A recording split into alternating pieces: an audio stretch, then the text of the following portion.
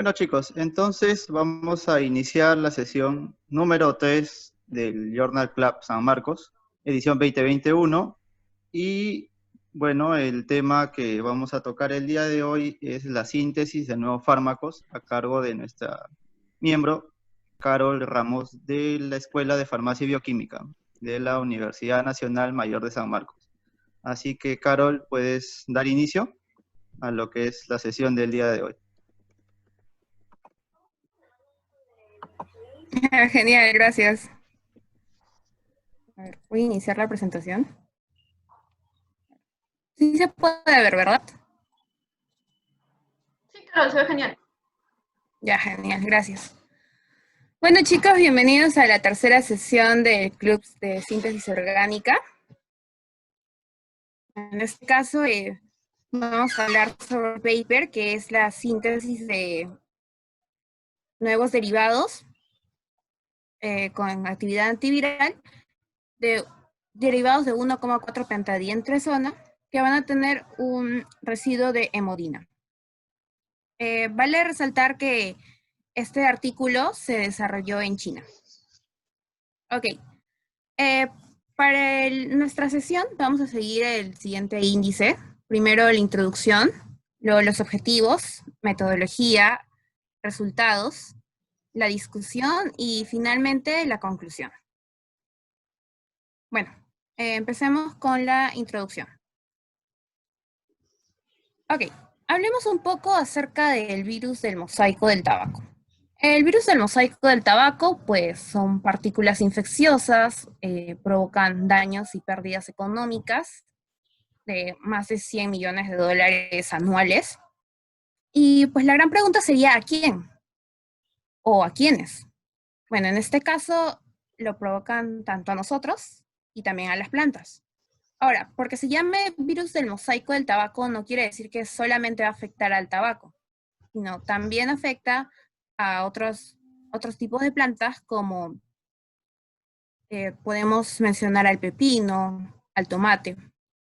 Y bueno, esta es una estructura del virus, pero tal vez con esto no pueda decir mucho. Sin embargo, sería mejor si vemos una imagen de cómo es, cómo afecta realmente el virus a la planta. ¿Ya? Esta es una hoja de tabaco afectada por este virus. Si pueden ver, empiezan a haber manchas amarillas, la hoja empieza a marchitarse. Continuamos. Entonces, ¿qué es lo que podemos hacer? Pues bueno, como solución, desarrollar nuevas moléculas antivirales. ¿Pero basadas en qué? Basadas en productos naturales. ¿Pero por qué escogemos los productos naturales? ¿Qué es lo que tienen estos productos para que nosotros podamos utilizarlos? Pues bueno, tienen muy buena actividad, baja toxicidad y también respetan mucho al medio ambiente. Ahora, vamos a hablar sobre la 1,4 pentadientresona, que tal vez algunos las conozcan, tal vez otros no. Bueno, ¿qué es? Es un análogo importante de la curcumina. Tal vez si mencionamos curcuminas, se relaciona un poco con la cúrcuma. Y sí, o sea, tiene mucha razón. La curcumina es uno de los metabolitos de la cúrcuma. Ahora, ¿pero qué es lo que tiene este análogo? Contiene pirosol, quinazolina, glucopiranósidos y 1,34 oxadiazol. Pero, ¿qué es lo que tienen estos compuestos? ¿Por qué los menciono? En sí, ya han habido estudios que avalan que estos 4 compuestos tienen una amplia actividad antiviral.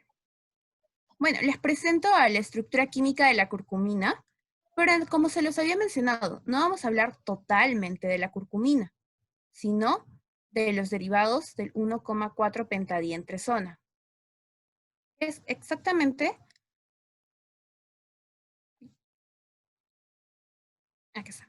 Esta es la estructura química del 1,4 pentadientresona, ¿vale? Ok. Ahora, también tenemos antecedentes, personas que antes ya realizaron una investigación sobre esto. Por ejemplo, tenemos a Song. Song nos menciona que los análogos del 1,4-pentadientresona van a tener una amplia actividad frente al virus del mosaico del tabaco y frente al virus del mosaico del pepino. Ahora, si vemos la estructura, parece como si esta molécula o esta estructura que está encerrada por el círculo fuera un argón, pero no, no es un argón. Es la manera en la cual el autor y como nosotros vamos a representar a los sustituyentes. Pero no solo tenemos antecedentes de los análogos de la curcumina, sino también de la hemodina. Y bueno, les presento aquí la estructura química de la hemodina, que va a ser un derivado de la antraquinona y va a tener una amplia bioactividad. O sea, va a tener una bioactividad de amplia espectro. Pero, como les había mencionado al inicio, este estudio se desarrolló en China. Y bueno, esta molécula, la hemodina, la encontramos en plantas medicinales que crecen en China. ¿Okay? Es así cuando Jian Wu, nuestro investigador, se pregunta, ¿qué es lo que pasaría si combino estas dos estructuras? ¿Obtendré un derivado con buena actividad antiviral? ¿Ustedes creen que sí o que no? Puede ser que tenga una muy buena actividad, puede que no tenga actividad, puede que se mantenga la actividad, no sabemos. Vamos a descubrirlo. Bueno, veamos los objetivos que ha tenido esta investigación. Como ya se los había mencionado, el objetivo va a ser sintetizar algunos derivados del 1,4-pentadientresona que van a tener un resto de hemodina mediante una combinación de dos estructuras de productos naturales. Uno que viene de la cúrcuma y el otro que viene de las plantas medicinales de China. Bueno, la estructura química de la hemodina y estos son los análogos del 1,4-pentadientresona. Si vemos las dos estructuras, pues podemos tal vez creer que el enlace o que la adición tal vez se vaya a dar por ese hidroxilo o tal vez por acá. Pues bueno, esta es la estructura modelo que ellos presentaron. Y si bien se dan cuenta, el enlace se va a dar justo en este hidroxilo, en el de acá.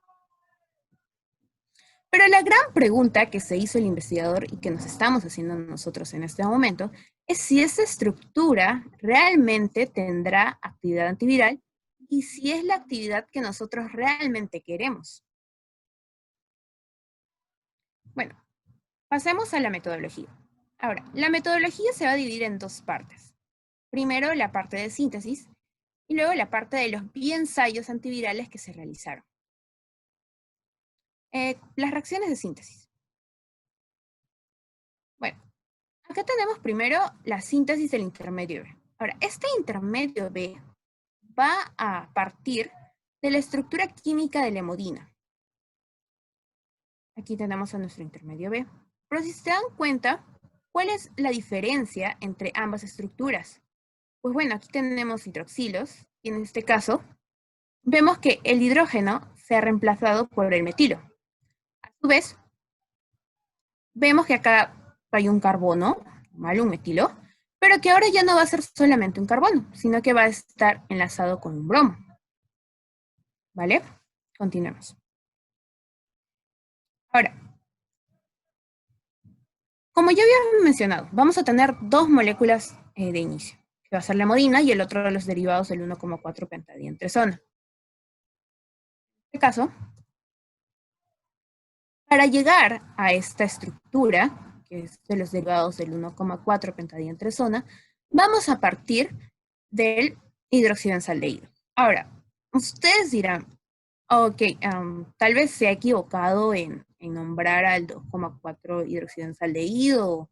Pues usualmente no se utiliza este tipo de nomenclatura, que es 2/4. Se preguntarán por qué lo estás utilizando.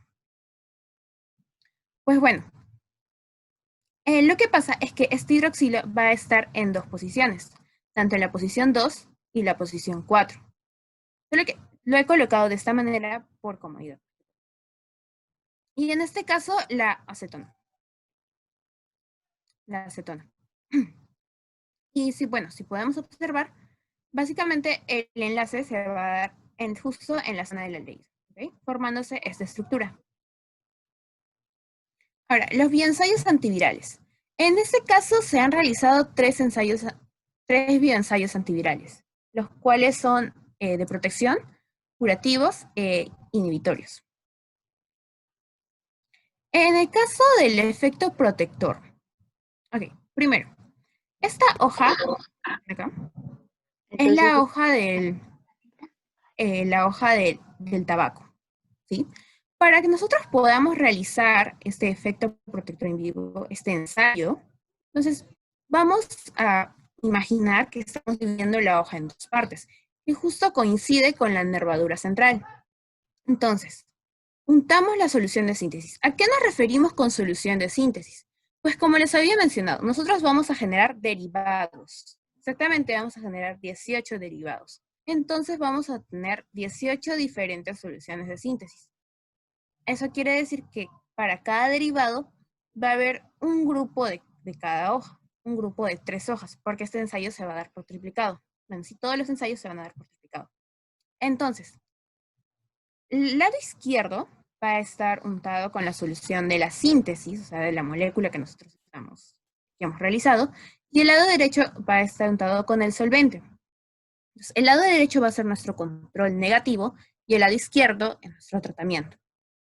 Entonces, lo untamos, lo dejamos ahí 6 horas y después inoculamos el virus del mosaico de tabaco en toda la hoja. Dejamos ahí el virus por 10 minutos. Ahora, cabe recalcar, cuando me refiero a inocular el virus, me estoy refiriendo a la solución del virus del mosaico del tabaco, la cual se va a inocular en toda la hoja, se va a dejar por 10 minutos y finalmente se va a lavar las hojas con agua destilada. Ahora, ¿cómo vamos a cuantificar o cómo vamos a saber el efecto protector que ha tenido nuestra molécula? Pues vamos a cuantificarlo de acuerdo al número de lesiones locales, lesiones que van a estar por acá, las cuales se van a registrar de 3 a 4 días después de la inoculación. Sigamos. El efecto curativo in vivo. El efecto curativo es todo lo contrario. En vez de que primero nosotros untemos la solución de síntesis, primero vamos a inocular a la hoja con el virus del mosaico del tabaco. Pero ya no vamos a esperar 6 horas, sino esta vez se va a esperar 24 horas, prácticamente un día. Entonces, después de esperar 24 horas, igual, dividimos nuestra hoja por la nervadura central y en el lado izquierdo se va a untar la solución de síntesis y el lado derecho va a ser nuestro control negativo donde solamente vamos a untar el solvente. Y igual que en el bioensayo anterior, el número de lesiones locales se van a registrar de 3 a 4 días. Y finalmente, el efecto o el ensayo de inactivación in vivo. Ahora, ¿cómo vamos a hacer este ensayo? Pues recuerdan que en los anteriores bioensayos nosotros separábamos. Pues en este caso vamos a mezclar la solución de síntesis, o sea, nuestra estructura, y lo vamos a mezclar con el virus. Pero ambos deben de estar en el mismo volumen y en la misma concentración. Entonces lo mezclamos, esperamos 10 minutos y nuevamente dividimos nuestra hoja y en la mitad vamos a untar la mezcla. O sea, la mezcla de nuestra solución con el virus y en el lado derecho vamos a untar solamente el virus. A la misma concentración, claro, que el virus que utilizamos para hacer nuestra solución. Ok, pero ese va a ser nuestro tratamiento. Nosotros para tener un control negativo vamos a tener que agarrar, utilizar una hoja normal sin ningún tratamiento y solamente la vamos a untar con agua destilada. E igualmente, el número de lesiones se va a registrar de 3 a 4. Entonces, básicamente esa es toda la metodología que han utilizado, en este caso, nuestro investigador. Ahora vamos a pasar a los resultados. Bien.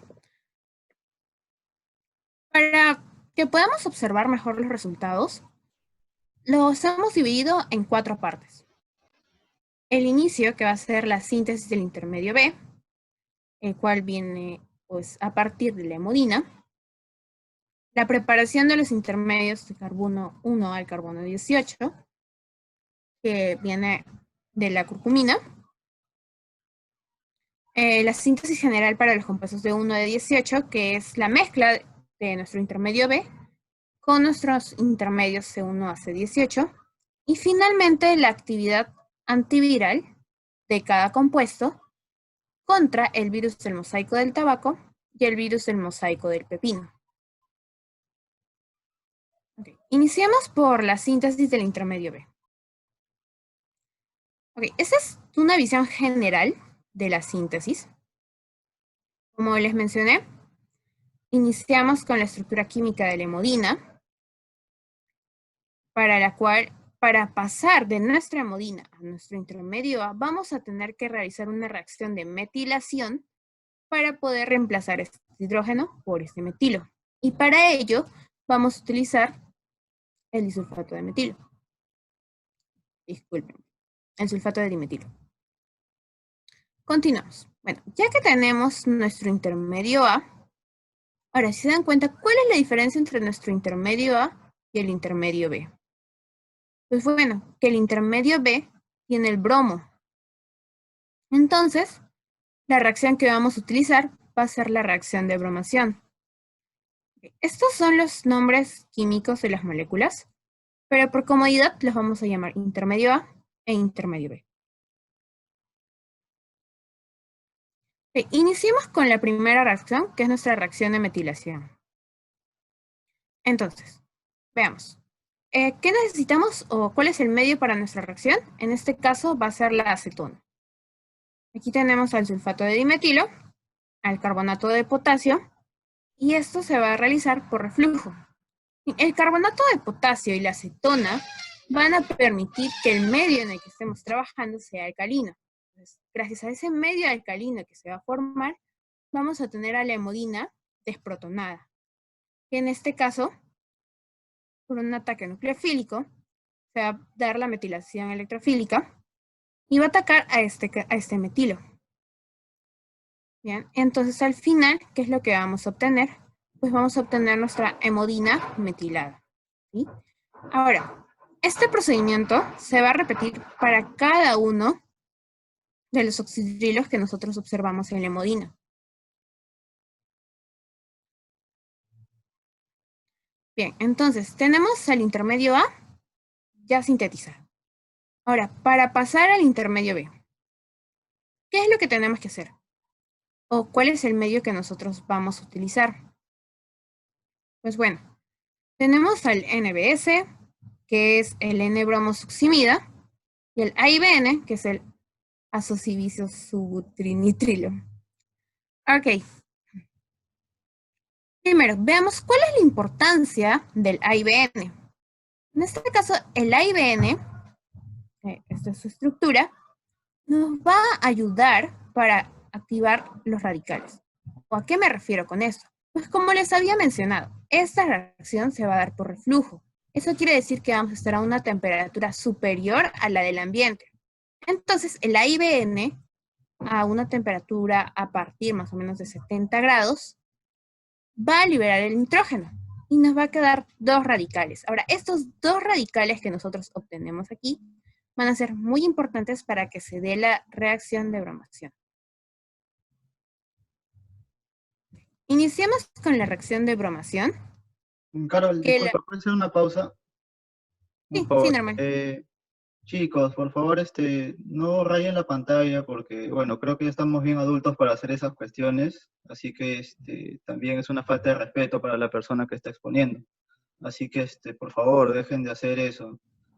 Bueno, Carol, antes de que pueda seguir continuando, no sé si nuestro miembro, Juan, puede dar una pequeña explicación acerca de esta diapositiva. Juancito, ¿estás ahí? Juan. Hola. Hola Juan, te escuchamos. ¿Es parte de la discusión esta diapositiva? No, es una apreciación tuya acerca de... ¿Puedes explicar este pequeño mecanismo? Ya, a ver.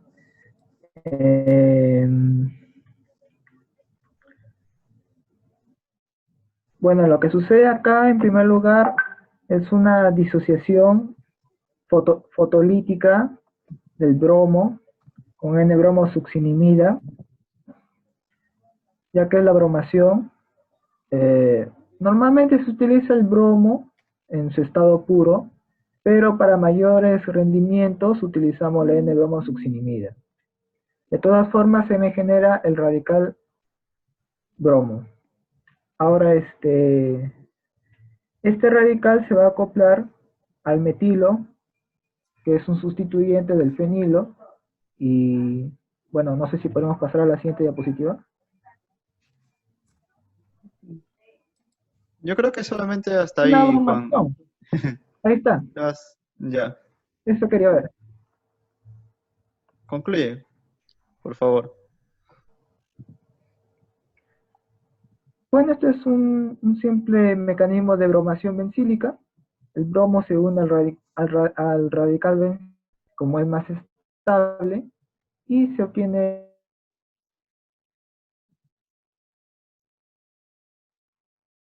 medio B. Nada más. Ya. Gracias, Juancito. Puedes continuar, Caro. Ok, gracias. Bueno, entonces, ya que tenemos nuestro intermedio B, ahora pasamos a la preparación de los intermedios de carbono 1 al carbono 18. Ok, como les había mencionado, iniciamos con el hidroxidanzaldehído, el cual va a reaccionar con la acetona en un medio básico, formando nuestro intermedio C, del cual a partir vamos a formar nuestros derivados. Ahora, todo el proceso se va a dar mediante una condensación aldólica, ¿sí? Pero para hacerlo tal vez un poco más ligero, hemos dividido todo el proceso en dos partes. Una condensación aldólica 1 y condensación aldólica 2. Ok. Entonces, teníamos a la acetona, nuestro hidroxidanzaldehído, medio básico, nuestro intermedio C. Pero, ¿qué es lo que pasa con la acetona en medio básico? Pues bueno, el agua va a reaccionar con el metilo y se va a formar una deslocalización de la carga de la acetona, formándose un enolato. Vamos a tener aquí el enolato. Ahora, este enolato va a reaccionar con el hidroxibenzaldehído. Precisamente va a haber un ataque al carbonilo. De esta manera se va a dar la reacción de adición. Pero al formar este reactivo que es el alcóxido, al formarse el alcóxido es tan básico que va a desprotonar al agua y de esta manera vamos a tener un oxidrilo y se va a poder formar un aldol. Ahora, en ya bajo la forma de aldol, el medio va a deshidratar a la molécula. Y de esta manera se va a formar el doble enlace, obteniendo finalmente al intermedio C. Y bueno, la condensación aldólica, o la segunda parte de la condensación aldólica, que es ya cuando pasamos del intermedio C a los derivados del 1,4 pentadientrasona, básicamente va a seguir el mismo mecanismo que ya se explicó. Solo que en vez de reaccionar con la acetona, en este caso se va a dar con los aldehídos sustituyentes. En este caso, cabe recordar que el AR significa nuestros sustituyentes para esta reacción. Y bueno, finalmente la síntesis general para los compuestos de 1 a D18, para el cual como ya tenemos nuestro intermedio B, ya tenemos sintetizados nuestros derivados de 1,4 pentadientrasona, pues ¿cómo se va a formar nuestros compuestos o cómo vamos a llegar a esta molécula? Pues simplemente por una reacción de sustitución de adición y luego eliminación, ¿sí? Ahora, nosotros observamos aquí al bromo. El bromo es un buen grupo saliente. Pero, ¿por qué estamos utilizando entonces yoduro de potasio? Bueno, el yoduro de potasio en esta reacción va a ser nuestro catalizador. Ahora, si comparamos entre ¿Quién es mejor grupo saliente? Si el yodo, si el bromo. En este caso, pues el yodo es un mejor grupo saliente. Es por ello que es utilizado para así también disminuir el tiempo de la reacción. ¿Sí? Y bueno, estos son todos los compuestos que nosotros vamos a obtener. Ahora, ¿por qué hay un X? Y bueno, si observamos aquí, en algunas moléculas dice 2O, en otras moléculas 4O. ¿Recuerdan al inicio que les había mostrado esto? 2,4 hidroxibenzaldehído, o 2/4. Ya bueno, es porque nos estamos refiriendo a que este oxígeno va a estar en la posición 2, o en el caso, por ejemplo, de una molécula 10, el oxígeno va a estar en la posición 4. ¿Sí? Y bueno, el AR, que significa nuestros sustituyentes, eso sí, normal. Eso sería todo con respecto a la parte de la síntesis. Ahora entramos a la actividad antiviral contra TMB. Bien, aquí tenemos un cuadro resumen, en el cual podemos ver los efectos de inhibición contra TMB.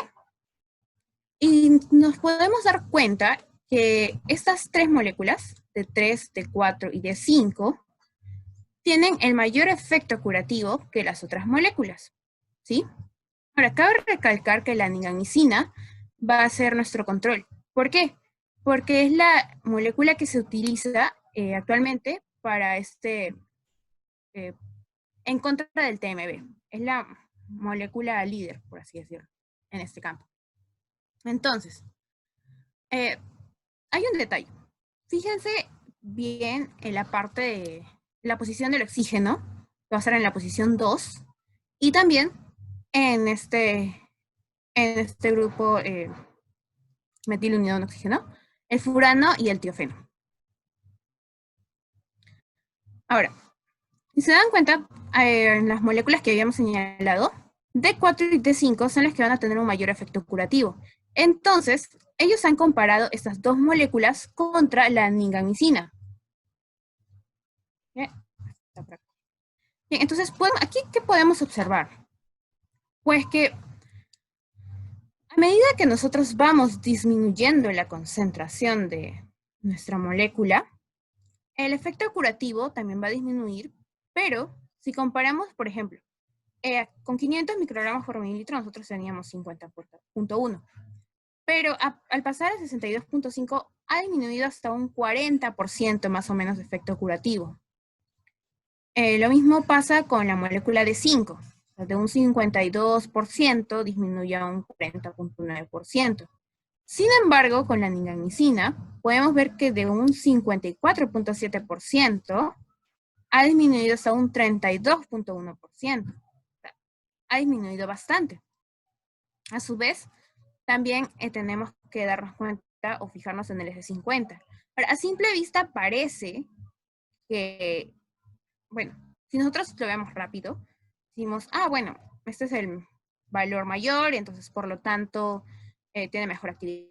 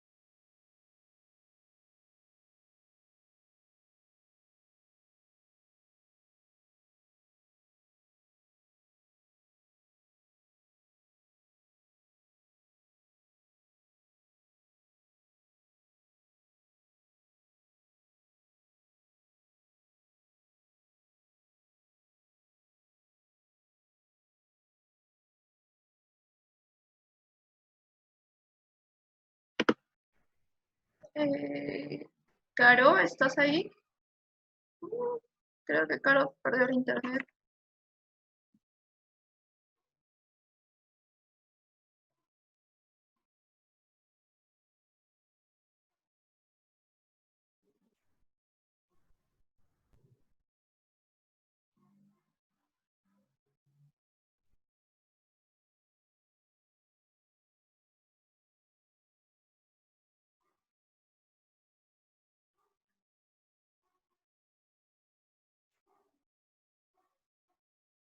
Bueno, Caro tuvo problemas con internet, pero ya está regresando a la sesión para poder continuar.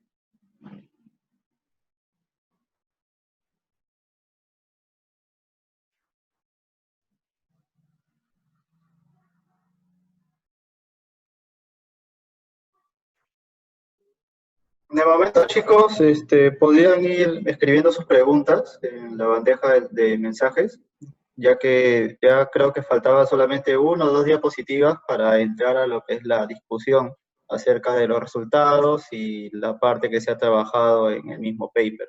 Así que los invitamos a que puedan poner alguna duda que hayan tenido, algo que les haya quedado por ahí en el aire y les ha faltado un poco entender ese detalle. Les invitamos a que puedan escribir en los comentarios.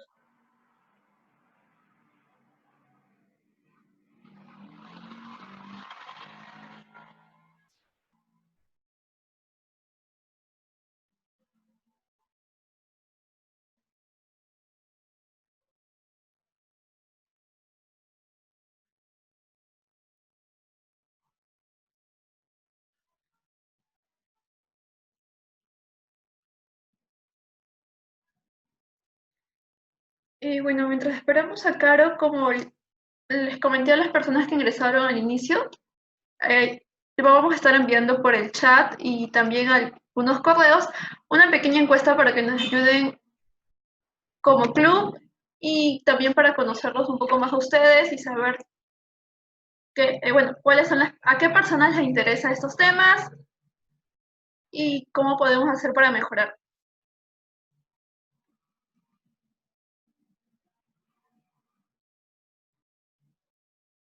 Creo que bien.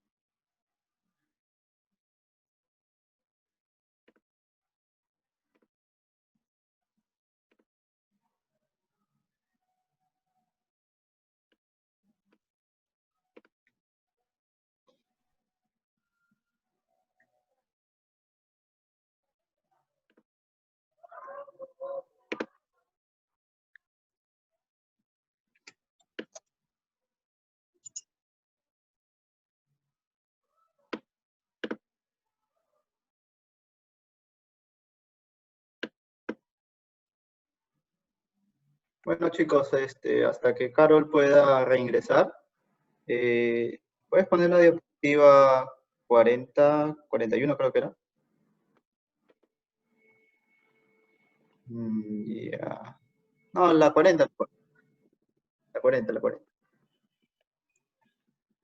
Y invito a Esteban, si nos podrías ayudar a explicar esta pequeña tabla, que puedes rescatar de estos datos de esta tabla respecto al efecto de inhibición del TMB. ¿Estás, Esteban? Esteban. Sí, sí estoy. Lo que podemos apreciar en esta tabla de efectos de inhibición, podemos ver que con ciertos sustituyentes, podemos apreciar lo que sería un cierto rendimiento de alguna forma para un cierto rendimiento acerca del efecto curativo en este caso, y dependiendo si es, ¿cómo se llama?, 2-hidrobenzaldehído o 4-hidrobenzaldehído en este caso. Sin embargo, ¿cómo se llama? En el caso de la nignamicina, no hay presencia de sustituyentes como tal en este caso. Sin embargo, por sí sola obtiene un rendimiento curativo mayor, que sería 43.3 más menos 4%. Muy bien, Esteban, muchas gracias.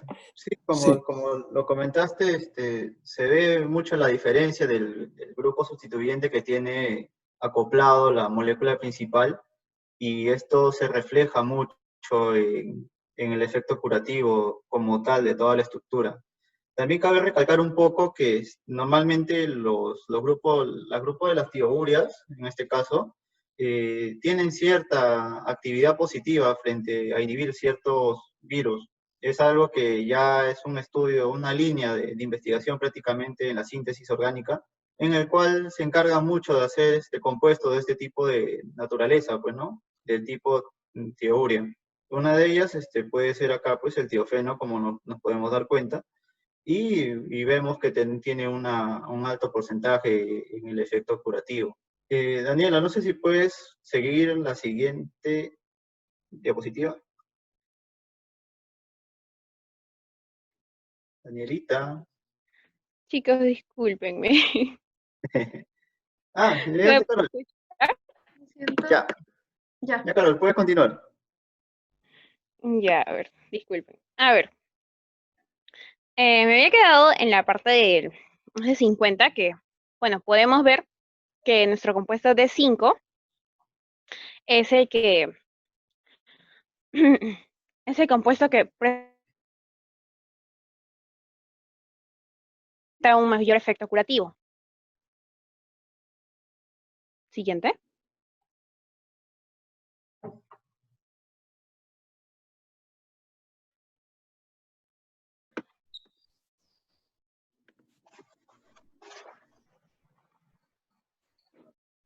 Mm. Dani, la siguiente diapositiva, por favor.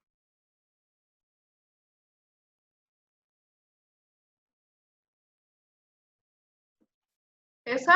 ¿La que sigue?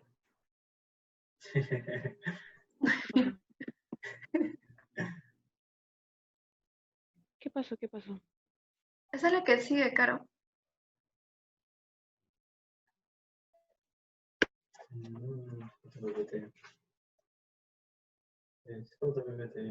La siguiente.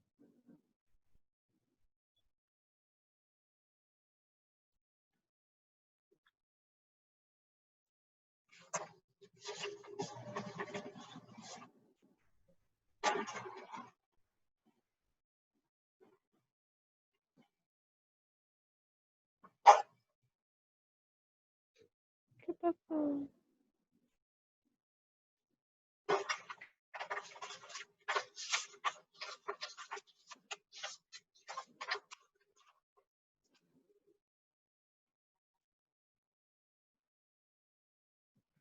Ay, Dios.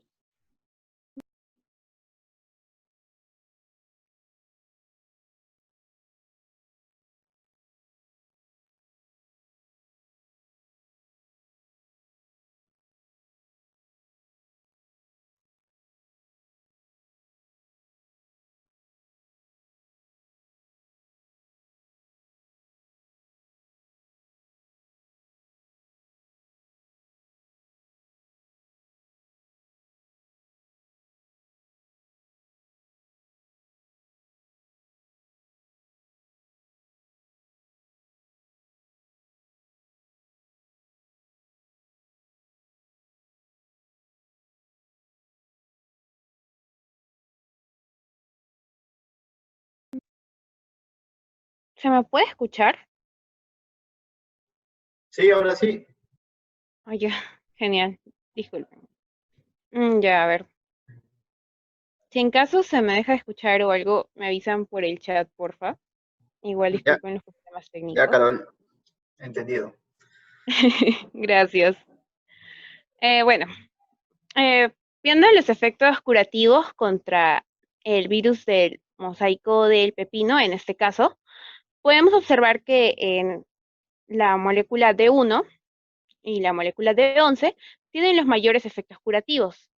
Sin embargo, no, sus efectos curativos no son mayores que los de la nigamicina, que tiene un 43.3%. Ahora sí, la siguiente, por favor.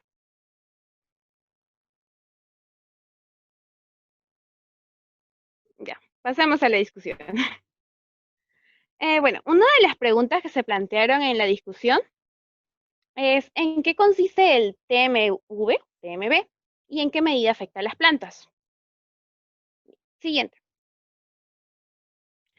Bueno, el TMB en sí no produce la muerte de la planta, pero sí bueno, si es que esta infección ocurre al inicio de la temporada, pues las plantas se van a atrofiar. Ahora, más o menos, bueno, como lo pueden ver en imagen, ¿cuáles son los signos o los síntomas? Y también se empiezan a poner amarillentas. Ahora, cuando nosotros vamos a realizar todo el procesamiento del tabaco, pues tenemos que hacerlo con hojas que estén en su mejor condición. Y estas hojas claramente no nos servirían para ello. Otro problema con este virus es que su transmisión es muy fácil. O sea, se puede transmitir incluso por haber utilizado la misma herramienta que utilizaste al cortar una planta con virus. Si cortas o por algún error de la persona que está cultivando, pues roza la herramienta con la hoja, pues automáticamente esa planta ya está infectada. A su vez, en el caso de que las semillas se hayan contaminado con este virus, pues también la planta que va a salir ya va a estar contaminada. Ahora, ¿por qué es que este virus ataca tanto? ¿O por qué es que incluso llega a generar esta pérdida de 100 millones de dólares anualmente? Pues veamos un poco su mecanismo, o en este caso su replicación.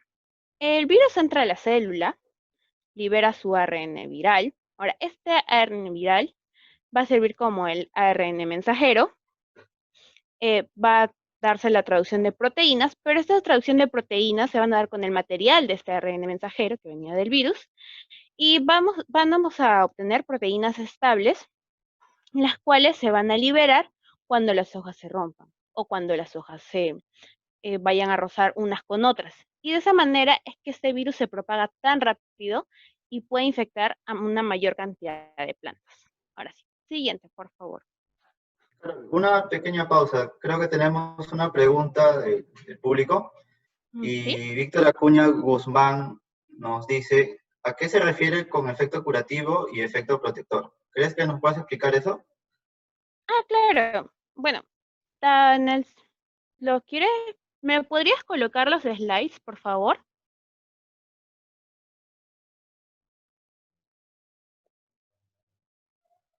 Bueno, mientras vamos colocando los slides, bueno, el efecto protector, más que todo, se va a dar en la superficie de la hoja, y el efecto curativo ya es cuando la hoja está infectada con el virus, justo. Eh, en el efecto protector, pues, a nuestra hoja que está libre de virus, por así decirlo, vamos a dividirla en dos partes, y de esta manera vamos a poder comparar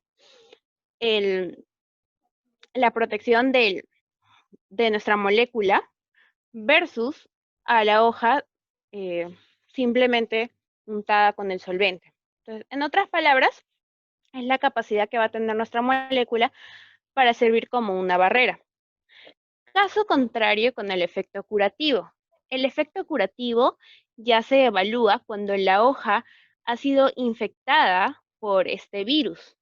O sea que este virus ya, y si se dan cuenta, en el efecto protector, nosotros dejamos a la hoja con el virus por 6 horas, pero en el efecto curativo son 24 horas. Eso quiere decir que ha habido un mayor tiempo de, para que el virus pueda em, ingresar a toda la estructura de la hoja. Y es ahí cuando recién, o sea, cuando ya hizo daño, por decirlo de esa manera, es cuando nuestra molécula va a entrar y va, como su nombre le dice, a curar o a solucionar todo lo que ha hecho el virus, pues, ¿no? Básicamente eso es el efecto curativo y el efecto protector. Gracias, Carol. Quisiera invitar a José, si es que estás ahí presente. No sé, Daniela, si puedes poner la última diapositiva, el último gráfico. Dani. José, estás presente, ¿no? Sí que, Eh, tú eres de la carrera de farmacia y bioquímica también, y tengo una pequeña pregunta acerca de eso. No sé si también Carol te puede apoyar después. ¿De qué depende que un fármaco tenga un efecto curativo positivo? ¿Cuál es la parte farmacológica en ese detalle para que este fármaco que quizás se pueda sintetizar, o sea, no solo puede ser otros, tenga un alto rendimiento, se podría decir entre comillas, en su efecto curativo? ¿Qué factores deberían estar implicados en el efecto desde tu punto de curativo, vista? Sí, desde tu punto de vista, no solamente este fármaco, puede ser o diversos fármacos, pero ¿de qué depende? ¿Cuáles son los factores para los cuales un fármaco pueda tener un efecto positivo?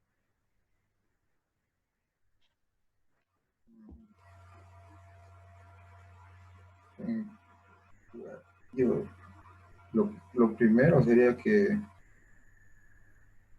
sería inhibir, ¿no? al, al virus para que ya no siga afectando al, al ARN o al material genético ¿cómo se llama? Del huésped al cual el virus está afectando. Y por lo que está averiguando, por ejemplo, en ese caso, va a inhibir, o el target va a ser las proteínas que conforman el capsómero del virus. Entonces, al inhibir la polimerización, va a haber una mayor afinidad con ese tipo de proteína. Eh, en la actividad curativa, a nivel estructural, ¿te refieres? ¿Aló? ¿Hola? Sí, sí, correcto, José. Eh, ¿Crees que los cambios ambientales, medioambientales, puedan influir en el porcentaje del efecto curativo o no necesariamente? No escucho bien.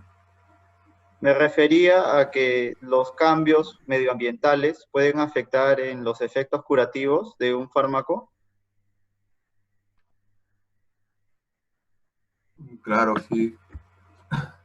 Los microorganismos, eh, usualmente afectan bastante, por ejemplo, los antibacterianos. Por eso se hacen controles ahí para que puedan ver si aún mantiene la actividad, ¿no? Más que nada ¿cómo se llama? Por los microbios que hay en el ambiente, que va a producir deterioro del material o del compuesto molecular va a alterar el compuesto molecular de los fármacos. Muchas gracias, José. Buena acotación. Carol, ¿puedes continuar en donde te quedaste? Sí, normal, era la pregunta 2. Ajá, ahí. Bueno, ¿por qué es importante el uso del AIBN en la síntesis del intermedio B? Y si no se tuviera ese reactivo, ¿por cuál otro se podría reemplazar? El siguiente, por favor. Bueno, como lo habíamos mencionado, el AIBN iba a ser nuestro catalizador y además, bueno, más o menos a los 70 grados es cuando se va a dar la liberación de nitrógeno y se van a formar los radicales. Ahora, estos radicales van a ser importantes ya que son esenciales para que nosotros podamos romper el enlace homolítico del bromo 2, el cual se va a ubicar en el NBN. Entonces, si nosotros, o sea, nosotros podemos tener este bromo 2, ¿verdad? Pero si no rompemos este enlace, entonces no nos serviría de mucho. No podríamos realizar nuestra reacción. Es por ello que la IBN es muy importante. Ahora, si es que no tenemos AIBN, podemos utilizar peróxido de benzoilo, pero el problema es que con el peróxido de benzoilo obtendríamos otras estructuras que, bueno, para este caso no las requerimos. Es por ello que se usó el AIBN. Siguiente.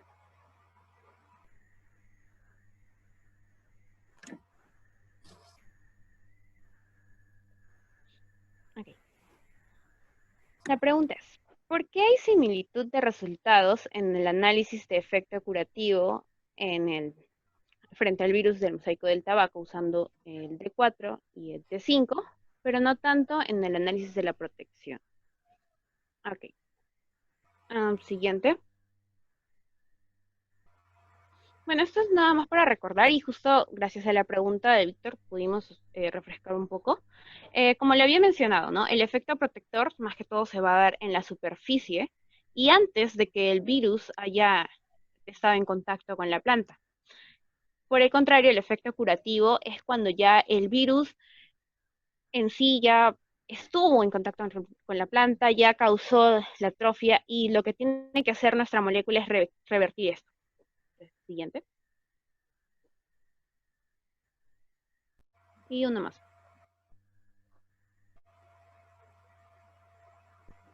Ok, entonces, la pregunta es respecto al compuesto D4 y D5. Entonces, podemos ver que sí, como lo mencionó, pues el efecto curativo es muy cercano, mientras uno presenta un 50% más o menos, el otro un 52.6%. Pero cuando ya analizamos el efecto de protección, vemos que esta diferencia aumenta, más o menos 11%. Pero, ¿qué es lo que pasa?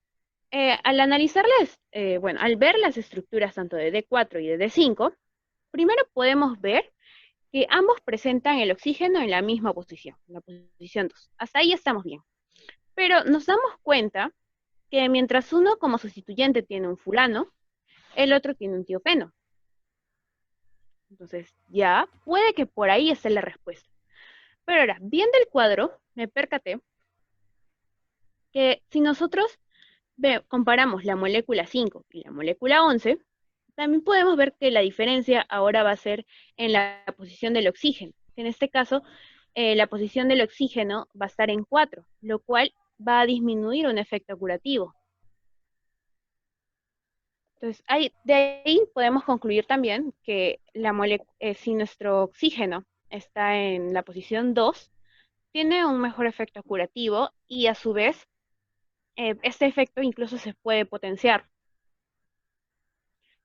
Y bueno, como también mencioné las diferencias entre en dónde va a actuar, ya sea para un efecto curativo o un efecto de protección, pues puede que este oxígeno y este azufre en sí, en el caso del efecto de protección, que es donde hay una mayor diferencia, pues con las moléculas con las que vaya a interactuar en medio o algo, tal vez no tenga mucha afinidad y es por ello que su efecto de protección, en el caso de D4, va a ser menor, ¿no? Es lo que pude inferir del artículo. Gracias, Caro. No sé si alguno de ustedes, chicos, tenga algún comentario más o alguna pregunta. Sí, dale, Víctor. ¿Tienes algo que comentar? Sí, bueno, para comenzar, me encantó bastante la explicación y mi duda es acerca de de la tabla número 2, porque, o sea, ahí muestra el S50 y yo entiendo de que a menor S50, pues tiene una mayor potencia la molécula. Y en el caso de D5 es la que tiene un menor S50 y pues la lógica creo que sería que debería tener un mayor efecto curativo, o bueno, eso es lo que creo. Pero Nignamicin es el que tiene un mayor efecto curativo. Tiene un poquito más que el D5. ¿A qué se debería eso? Bueno, en sí, la molécula de nignamicin es muy compleja y se debe también bastante a las reacciones y a los enlaces electrofílicos que se van a formar, tanto, o sea, en el nignamicin con el target en este caso. Caso contrario que no sucede o que no presentan las moléculas, en este caso D4 y D5. Es por ello que aún teniendo ese nivel de S50, podemos ver que su efecto curativo es ligeramente mayor.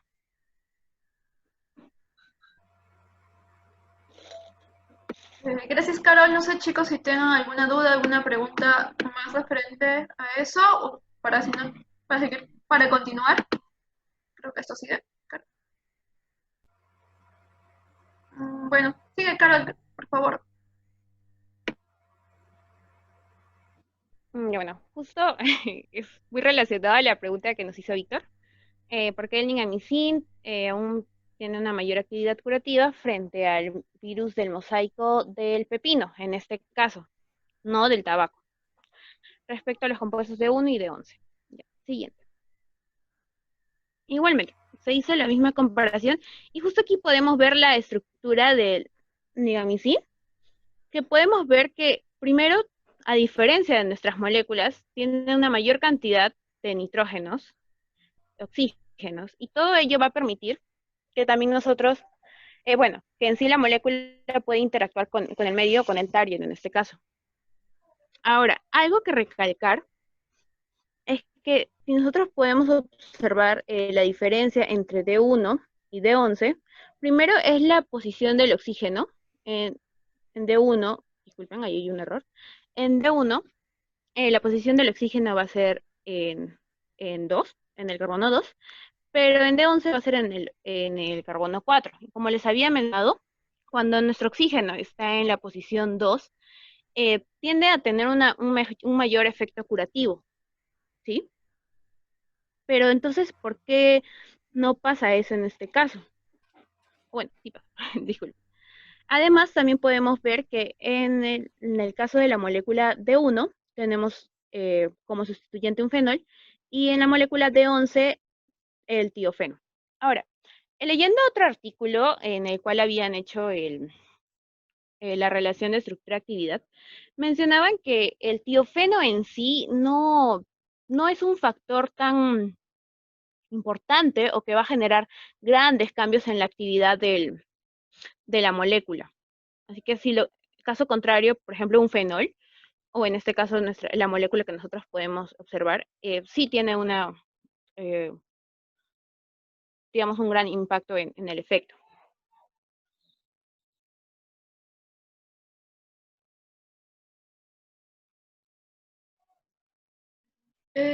Algo que acotar, chicos, no sé, quizás Brayson, Juan, José, Esteban, alguien por ahí.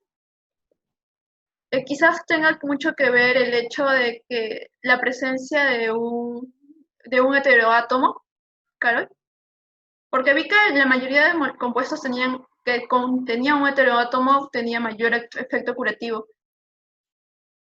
Sí, sí, justo como lo mencionas. También la presencia.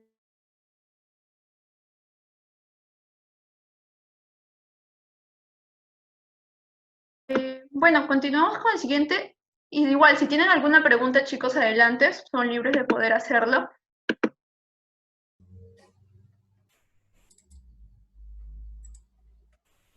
Continúa, Carol.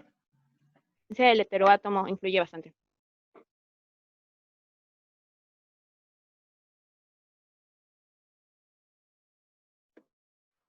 Carol, continúa, por favor.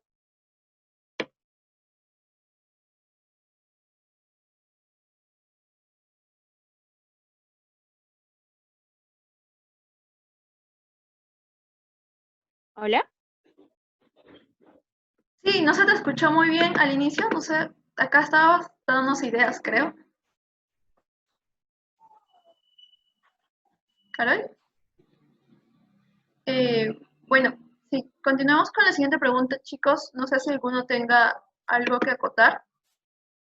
¿Por qué es más eficaz la presencia de un nucleofílico, el OCH3 o el metil, que un electrófilo como sustituyente en los carbonos 2 y 4 cuando el fenilo se encuentra sustituido?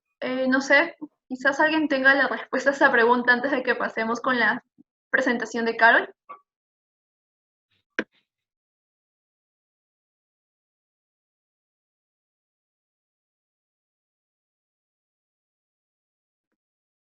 Eh, José, Grayson, no sé, chicos, ¿tengan algo que acotar por ahí, por favor?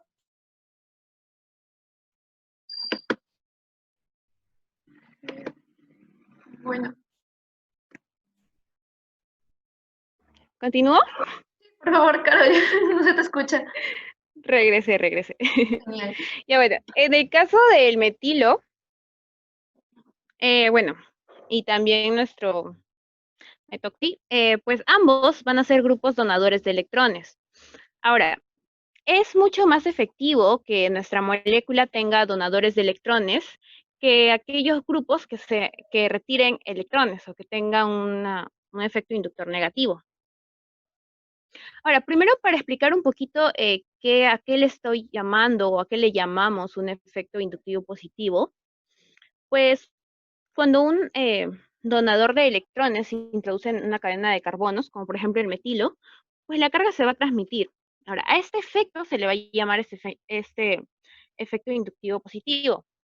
En nuestro caso, pues el metilo va a ser que va a tener este efecto, pero en el caso del metoxi, pues va a tener un efecto muy similar, va a ser un donador de electrones, pero en este caso se va a dar a partir de la resonancia. Y bueno, cuando estos grupos donadores de electrones se van a unir a las moléculas, pues va a haber un aumento en la densidad electrónica, va a aumentar la basicidad y a su vez también va a aumentar la estabilidad. Esa es básicamente la respuesta a la pregunta. Gracias, Carol. Franz, creo que tendrías algo que comentar ahí. Bueno, solamente respecto a la pregunta que se hizo anteriormente, no mencionaban por qué se junta o por qué aparece necesariamente en 2 y en 4 como un factor más representativo en lo que respecta a por qué puede ser un buen curativo, ¿no? Para lo que son los cultivos.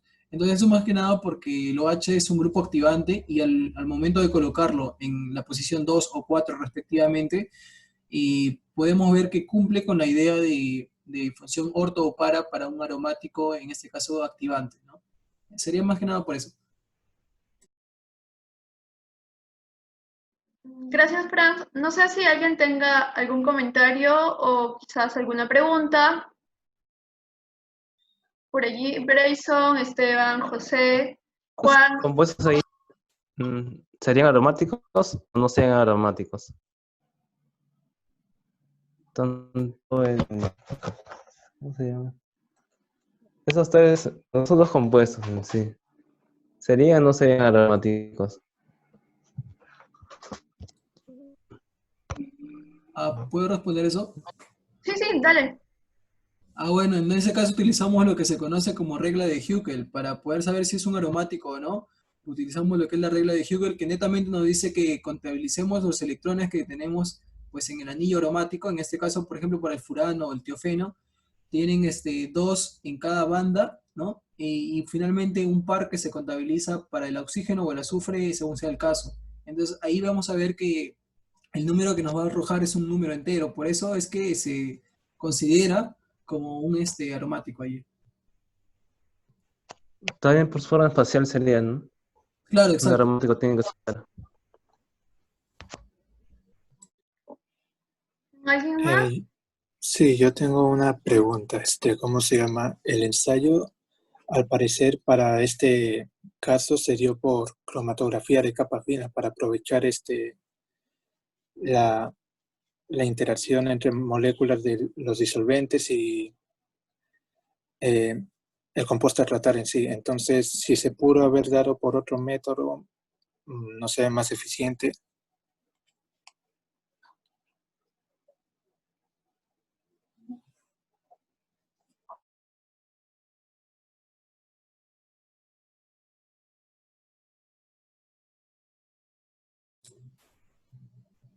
No sé quién tiene la respuesta a esa pregunta. Franz, Carol, no sé, nos ayuden, chicos.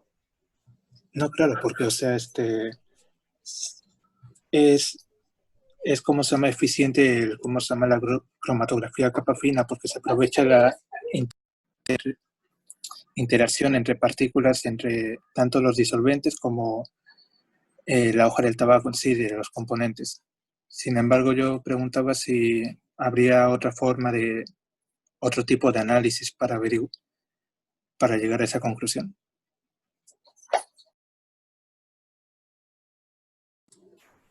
Bueno, puedo responder allí, no sé si puedo tomar la palabra.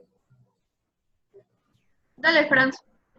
Vale, yo creo que también se podrían hacer otro tipo de análisis cromatográficos, ¿no? Ya sea por columnas de HPLC, tal vez, o por cromatografía de gases, pero de gases no tanto. En el caso más que nada de HPLC, creo que yo más, porque la exactitud viene a ser mucho más, considerando que una cromatografía de capa fina pues no tendría tanta, considerando las condiciones tanto de solvente, ¿no? Como la fase estacionaria y la fase pues líquida, la fase móvil en este caso, ¿no? Entonces yo creo que podríamos también utilizar otras alternativas allí.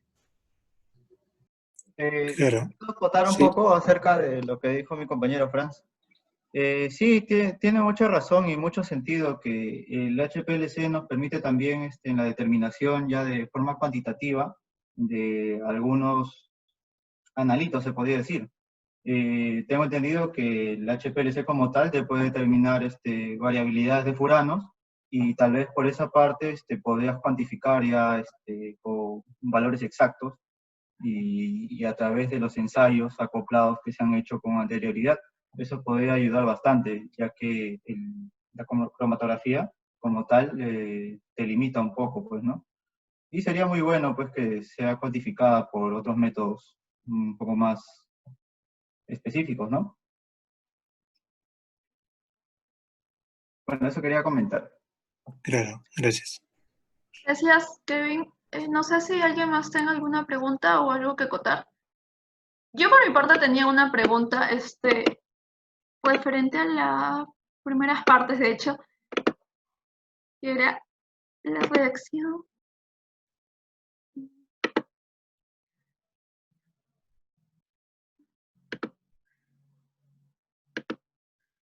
No.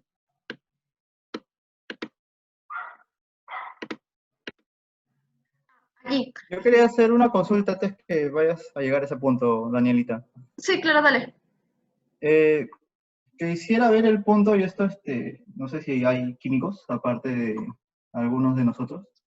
¿Cuál es su punto de vista químico respecto a este tipo de síntesis? ¿Ustedes creen que viendo todo lo que se ha mostrado desde un inicio, los pasos intermediarios y resultados, creen que químicamente hablando es una síntesis viable o creen que solamente es algo como para conocimiento propio del investigador? ¿Creen que es viable? No sé si alguien de ustedes puede contestar, Daniela, Franz o alguien del público.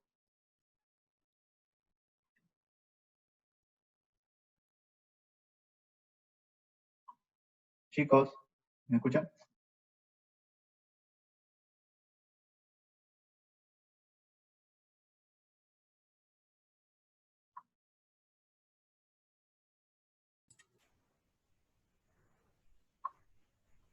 ¿Puedo responder ahí?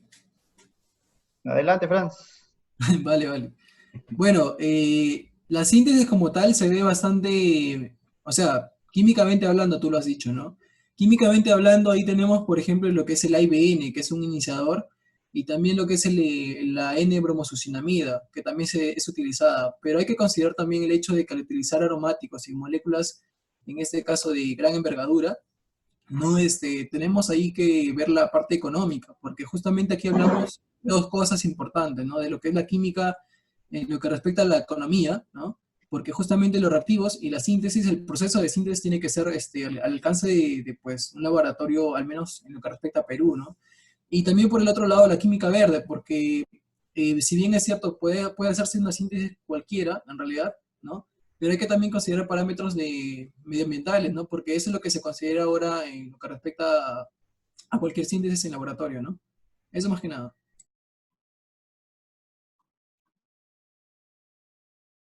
Algo para complementar esto, Esteban, desde tu punto de vista, me parece que eres de ingeniería química, Sí, así ¿crees es. que este tipo de síntesis que se ha hecho en laboratorio a pequeña escala, ¿crees que es viable replicarlo a gran escala?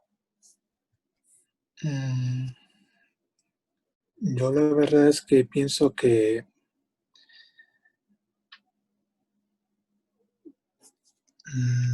a ver, teniendo en cuenta los reactivos como tal, que sería el AIBN y NBC, yo diría que una forma, o sea, podría ser rentable de alguna forma, sin embargo, ¿cómo se llama?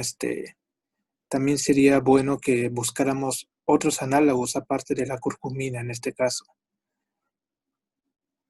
y algún otro método de ensayo como HCPL o eh, infrarrojo, por ejemplo. La parte de caracterización, ¿te refieres? Sí, sí. Claro, muy buen punto, porque me parece que los reactivos de partida todos son reactivos puros y para variar son redestilados y ahí hay un costo de por medio, pues, ¿no? Obviamente que también debemos entender que el tetracloruro de carbono en algunos lugares está prohibido debido a su alta toxicidad y también ver la peligrosidad que puede haber frente a la persona que esté trabajando con este tipo de reactivos. Pero viéndolo con los resultados propuestos, viendo esa parte, puede ser que se pueda realizar a gran escala, pero como dice nuestro compañero Esteban, hay que evaluar también los costos, pues, ¿no? Al igual que dijo Franz, porque de nada sirve producir algo a gran escala si el costo te sale muy, muy alto, pues ya no es rentable ni para venta ni para uno mismo. No sé si alguien puede continuar, o una acotación, alguna duda. En el chat dice, ¿cómo se llama? Franz dice que el AIBN se puede reemplazar con el persulfato de potasio en este caso. Eso Bueno, les quiero sí. preguntar. Dale, Francito. Si algunos de estos reactivos pueden ser reemplazados por otros, quizás el N-bromosuccinimida puede usarse bromo o quizás no sé si alguno sabe el por qué. A ver, yo podría responder lo que había comentado, ¿no? Por ejemplo, el IBN se utiliza, como les lo dije en el inicio anteriormente, como un iniciador en este caso. ¿Por qué iniciador? Porque en este caso lo que se busca son formar una reacción radicalaria, ¿no? Entonces, en ese caso, lo que se hace, pues, es a partir de ese IBN se forma nitrógeno y un radical, en este caso, un radical de tipo terciario, ¿no? Entonces, ahí se puede reemplazar también con peróxido de benzolilo, pero no al menos el paper lo que dice es que, o se fundamenta en que se pueden formar productos no deseados, ¿no? Pero entonces lo que se puede usar como un producto más de este tipo, de este estilo, se podría usar también persulfato de potasio, que hace lo mismo en teoría, ¿no? Para poder también formar un radical de este tipo. Y de esa manera poder también trabajar con este tipo de sustancias. O también en todo caso podría tal vez usarse un terbutilo, ¿no? Un peróxido de terbutilo de repente para que podamos también tener una misma reacción.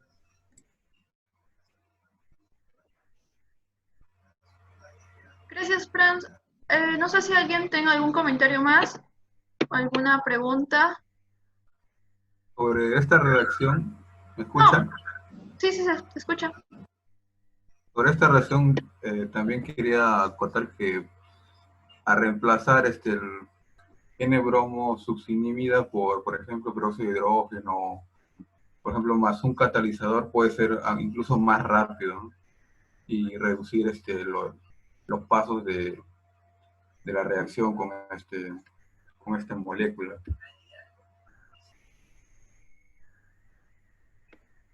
Gracias. Bueno, no sé si alguien tenga más preguntas, algún comentario que hacer. Hola. Sí, dale. Sí, bueno, una pequeña acotación. Lo que pasa es que mucho se hace el enfoque en el N-bromosuccinimida, porque si observamos la reacción, lo que se pretende es hacer una bromación bencílica. Normalmente el N-bromosuccinimida, y bueno, también respondiendo un poco a la pregunta anterior, si el proceso es viable, todo proceso que ya funcione a escala de laboratorio puede llevarse a un nivel industrial. Sin embargo, el problema está en esa reacción tan simple, porque la N-bromosuccinimida resulta siendo un reactivo relativamente caro. Pero lo que nosotros pretendemos es ejecutar una bromación en una posición bencílica. Y este reactivo es muy importante cuando enfocamos cuando realizamos, perdón, bromaciones alílicas y bencílicas.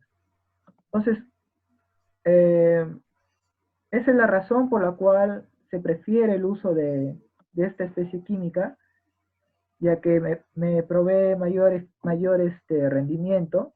¿Por qué no también podría preguntar si por qué no utilizar la bromación tradicional como la descomposición fotolítica? ¿No? Gracias. Gracias. Justo por aquí comentó Franz que quizás se podría usar bromo. No sé si sería viable usar bromo porque sé que podría reaccionar con los anillos o con los otros dobles enlaces que presenta el grupo. ¿Alguien, no sé si me corrige o si tiene algo más que acotar?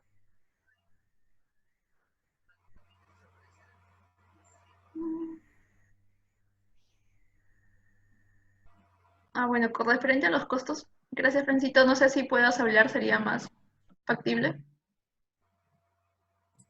No, lo que dice el compañero es cierto. Justamente la estereoquímica de la reacción en lo que respecta a dónde va a ser posicionado ese bromo, tiene que ver justamente mucho con el detalle de la reacción, o sea, la parte clave, ¿no?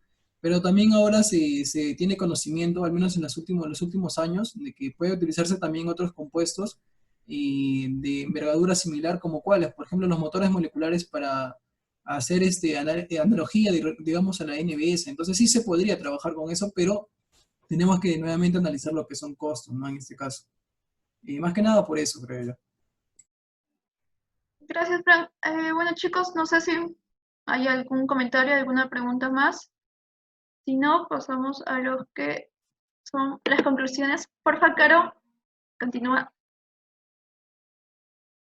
Sí, antes de las conclusiones, quería acotar que en sí hay varios reactivos en la reacción que si, bueno, si lo vemos por el lado de la química verde, deberían de reemplazarse, como por ejemplo el sulfato de dimetilo, ¿no? El cual podría reemplazarse por un carbonato, en este caso un carbonato de dimetilo. Y bueno, ahora sí, para las conclusiones. Siguiente.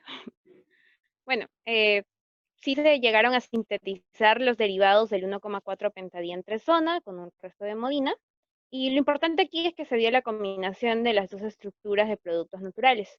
Bueno, en cuanto a las pruebas, pues se observó que D3, D4, D5 y D11, sobre todo D5, exhibieron buenas actividades contra el virus del mosaico del tabaco. Bueno, las pruebas antivirales nos demostraron que cuando el sustituyente era heterocíclico y el oxígeno estaba en la posición 2, pues la actividad podía potenciarse. Y además que cuando el sustituyente era un fenilo y los compuestos con grupos donadores de electrones, tanto como el metilo o el metoxi, pues en esos casos ha sido mejor, ¿no? Que con los grupos de extracción de electrones. Bueno, básicamente en eso concluye el paper y muchas gracias. Gracias, Caro. Bueno, no sé qué si alguno quiere agregar alguna conclusión más.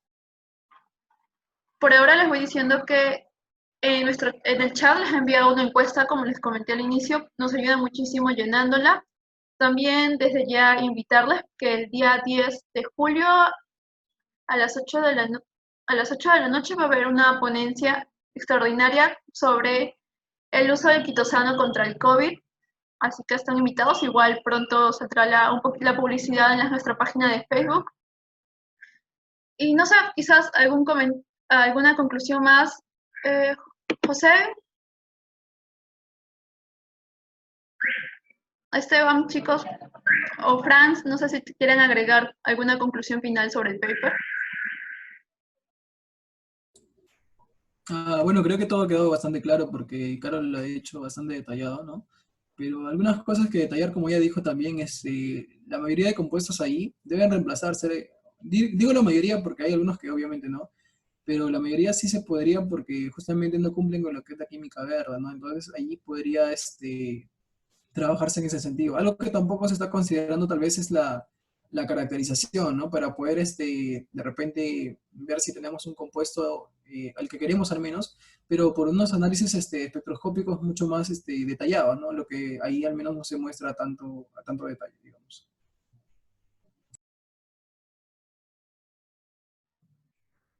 Yo tenía una pregunta, por favor. Sí, adelante. Es para Franz. Lo que pasa es que, bueno, quisiera saber cómo es eso de la sustitución de la N-bromosuccinimida por motores moleculares. ¿Qué son?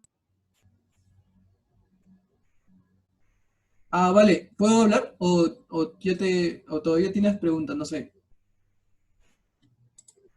Juan. Dale, Francito, contéstalo. Ah, vale, vale. Bueno, lo que son motores moleculares en realidad son unas moléculas de un tamaño tal que incluso se podría hablar de lo que vendría a ser nanotecnología, ¿no? Esos motores moleculares tienen la habilidad de poder, a diferentes condiciones, tener diferentes posiciones o diferentes estereoquímicas, ¿no? Entonces, eso hace que, por ejemplo, los átomos que puedan estar en su terminal de estos motores moleculares puedan bueno, asemejarse a lo que, por ejemplo, vemos en la NBS, para este caso específico. Entonces, un motor molecular sería algún compuesto, en este caso un compuesto muy complejo, ¿no? Que tendría como terminal el bromo justamente para poder, o bueno, cualquier otro átomo que se quisiera, ¿no? Para que justamente podamos hacer la bromación en el punto que nosotros queremos. Ahí actúa de una manera muy específica. Esto, por ejemplo, se utiliza en un compuesto llamado TBS también para lo que, por ejemplo, trabajan en alcoholes, ¿no? Para sintetizar alcoholes, pero son alcoholes, digamos, de tipo, pueden ser terciarios, primarios o secundarios. Entonces, esto va a discernir entre cuál y cuál puede trabajarse, ¿no? Más o menos como para dar detalle a eso. Ah, ok, gracias. No hay problema.